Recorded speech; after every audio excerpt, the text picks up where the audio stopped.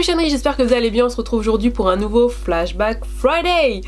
Si vous n'avez pas suivi la première édition du Flashback Friday, je vous montrais les produits que j'ai utilisés par le passé, que j'ai aimé ou qui ont fait le buzz, le hype, voilà.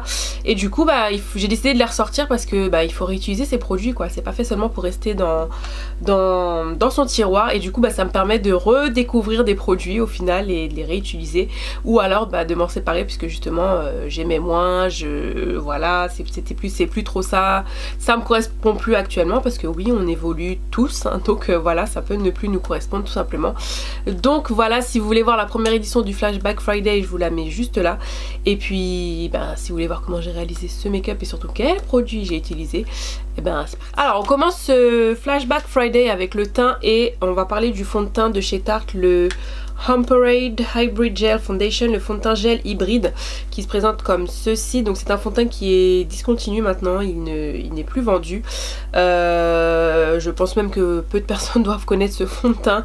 Voilà, moi j'avais découvert sur les chaînes américaines hein, comme d'habitude, et du coup je l'avais acheté parce que c'était un fond de teint qui avait un fini glowy, lumineux, il était enrichi en acide hyaluronique il me semble. Je vous mettrai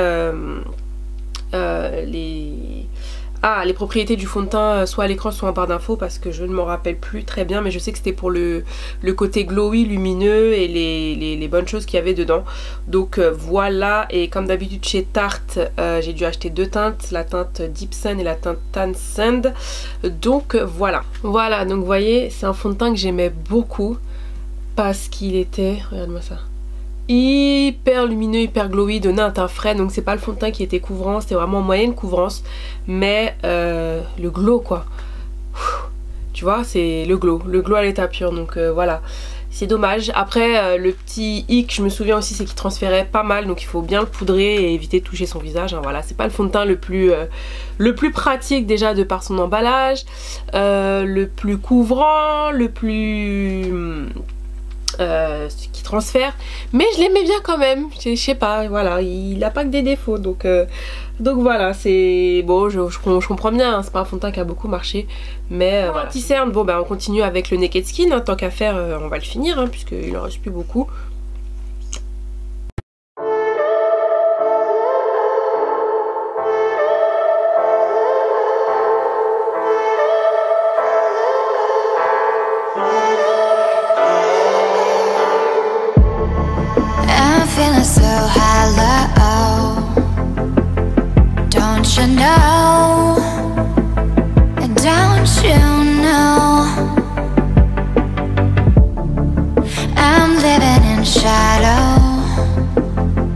Ensuite on passe aux yeux, et pour les yeux j'ai décidé de ressortir ma Vice 3 il me semble, il n'y a pas écrit mais c'est la Vice 3.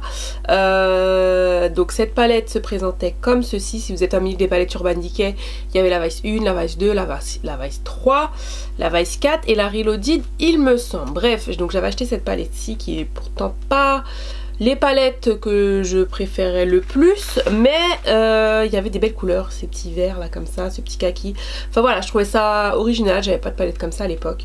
Et puis voilà quoi, c'était Urban Decay, valeur sûre, les Vice, voilà, ça faisait le buzz, le hype, donc voilà. Je pense que je vais partir dans un petit smoky vert, enfin un truc dans les tons verts, ça peut être sympatoche. Voilà, c'est parti.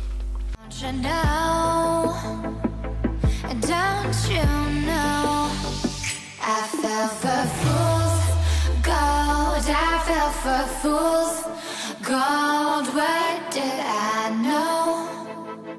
What did I know? I fell for fools. Petit fard de transition là, le Bitter, il est canon. C'est un super marron, franchement il est vraiment canon, il est pigmenté. Et puis voilà, c'est les fards Urban Decay, pas trop poudreux, pigmenté, rien à dire, juste comme il faut. C'est vraiment un brun assez doux, un marron vraiment doux, donc parfait. Ensuite je vais venir renforcer ce fard de transition et mon creux de paupière avec le fard Dilette, hop, qui est ce marron un peu plus foncé. Voilà, un peu plus, qui tire un peu vers le taupe je trouve.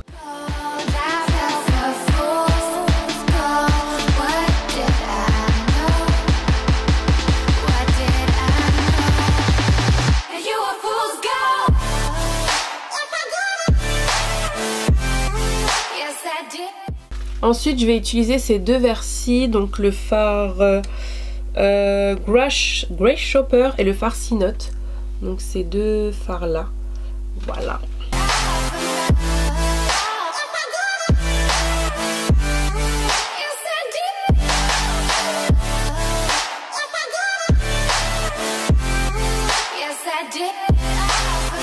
Rien, j'ai pas humidifié mes fards et la pigmentation elle est là quand même. Franchement, j'ai connu encore plus pigmenté parce que de nos jours les formules ont évolué. Je crois que cette palette a au moins 3 ans il me semble, mais c'est canon. Donc après je vais venir estomper, rajouter de la couleur comme d'habitude.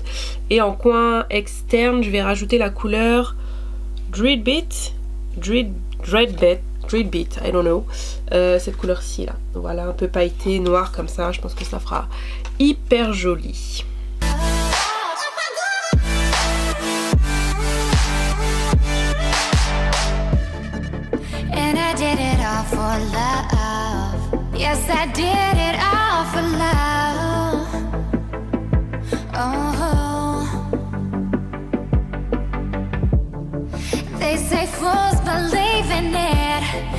So I guess I'm one of them.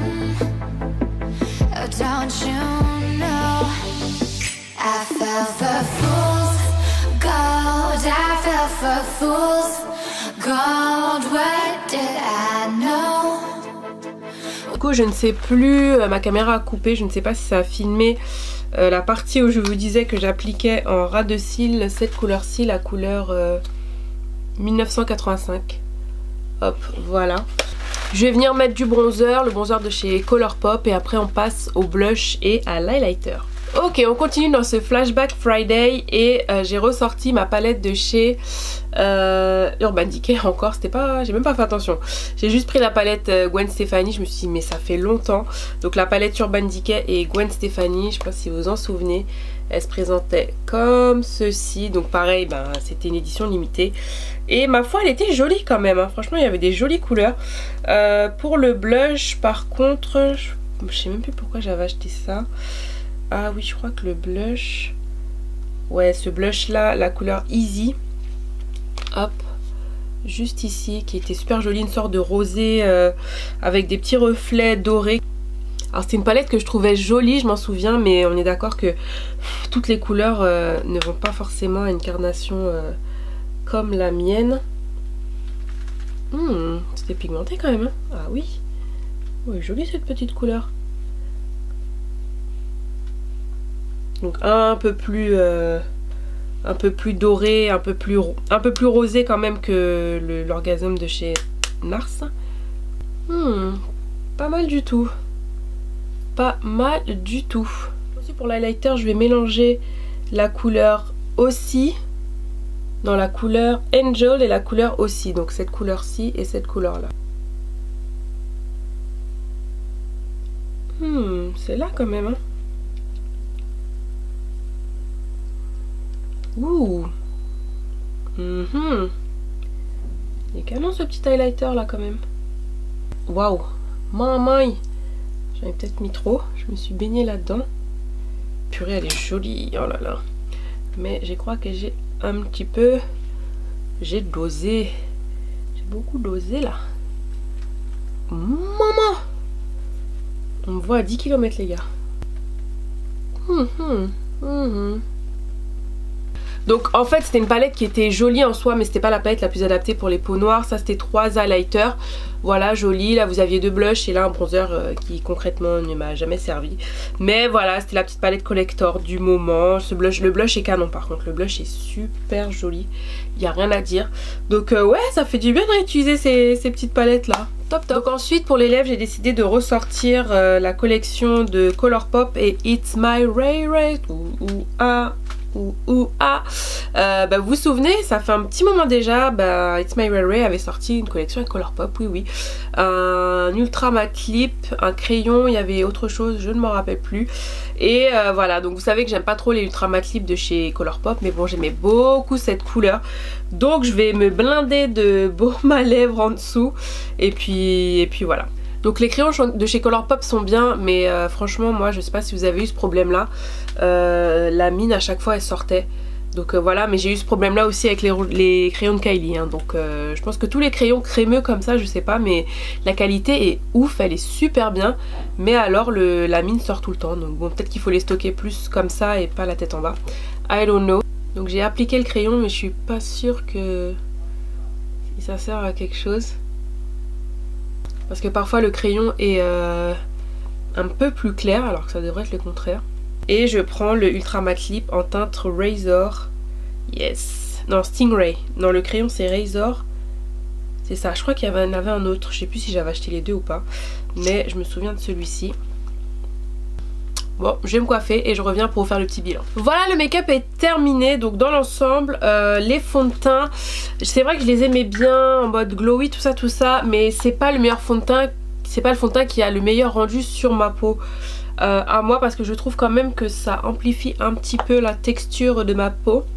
Donc voilà, je sais pas si c'est l'effet naturel ou je sais pas, mais c'est pas mon préféré, tu vois. Mais voilà, le résultat reste quand même joli, ça reste quand même frais, naturel. Donc voilà, c'est pas mauvais, mais bon, après peut-être qu'ils sont aussi passés. Donc c'est là où la petite annotation des fonds de teint est quand même faite pour ça, parce que c'est 12 mois. Je vais pas vous mentir, ma peau me gratte un petit peu au niveau des joues. Donc je ne sais pas trop, je pense peut-être que la date est passée. Donc j'espère ne pas me réveiller avec des pustules demain. Mais ouais, ça me gratouille un peu, tu vois. Donc bon, et qu'on me dise pas c'est psychologique, parce que je viens tout juste de regarder la date. Et c'est vrai que c'est 12 mois, et ça fait vraiment plus de 12 mois que je l'ai acheté. Ça doit faire au moins 2 ans hein, quand même. Donc voilà, je verrai bien demain. L'anti-cerne, donc c'est toujours le Urban Decay. Voilà, bah, comme je vous ai dit la semaine dernière, hein, c'est pas le plus couvrant, mais il reste quand même assez naturel. Voilà, il a quand même un bon effet sur la peau. Couvrance moyenne. Voilà, donc je le termine et c'est vraiment pas mauvais anti-cerne si vous cherchez quelque chose de léger. Donc ensuite pour les yeux, donc la palette Urban Decay, franchement la palette est toujours aussi canon. C'est vraiment plus une palette pour sortir, pour les fêtes je dirais, parce qu'il y a beaucoup de couleurs irisées, pailletées. Je crois qu'elle était sortie peut-être à cette époque là, je ne m'en rappelle plus. Je crois que c'était sorti pour ça, mais voilà, en tout cas les fards sont bien, ils sont quand même pigmentés. Comme j'ai dit, j'ai vu plus pigmentés, mais ils sont pigmentés, ils s'estompent bien, donc franchement rien à dire. Je trouve le petit look canon. Je suis montée juste un petit peu trop haut dans le fard à paupières, du coup ça transfère un petit peu sur ma paupière fixe, mais rien de grave. Voilà. La palette Urban Decay et Gwen Stefani, comme je vous disais, palette canon, mais palette qui n'était pas forcément le plus adaptée pour les peaux noires. Mais je trouve ça canon quand même, hein. Le petit blush il est joli, l'highlight il est on flick. Donc voilà, puis la palette est jolie, c'est vrai que des fois on achète... Les gens disent que oui, c'est vrai qu'on achète plus pour ce qu'il y a à l'intérieur, mais le packaging était joli quand même, tu vois. Donc voilà, après je pense que c'est pas la palette que je vais utiliser le plus, on va pas se mentir, donc je vais sûrement peut-être la donner. Voilà, parce que je l'ai pas énormément utilisée cette palette, on va pas se mentir. Mais là en la ressortant comme ça me donne envie d'utiliser surtout le blush en fait, le blush et l'highlighter. Bon, en même temps c'est un peu ces deux là que je peux vraiment le plus utiliser dans la palette, hein, comme je vous disais. Donc bon. Mais au final ça a un bon rendu quand même, donc voilà.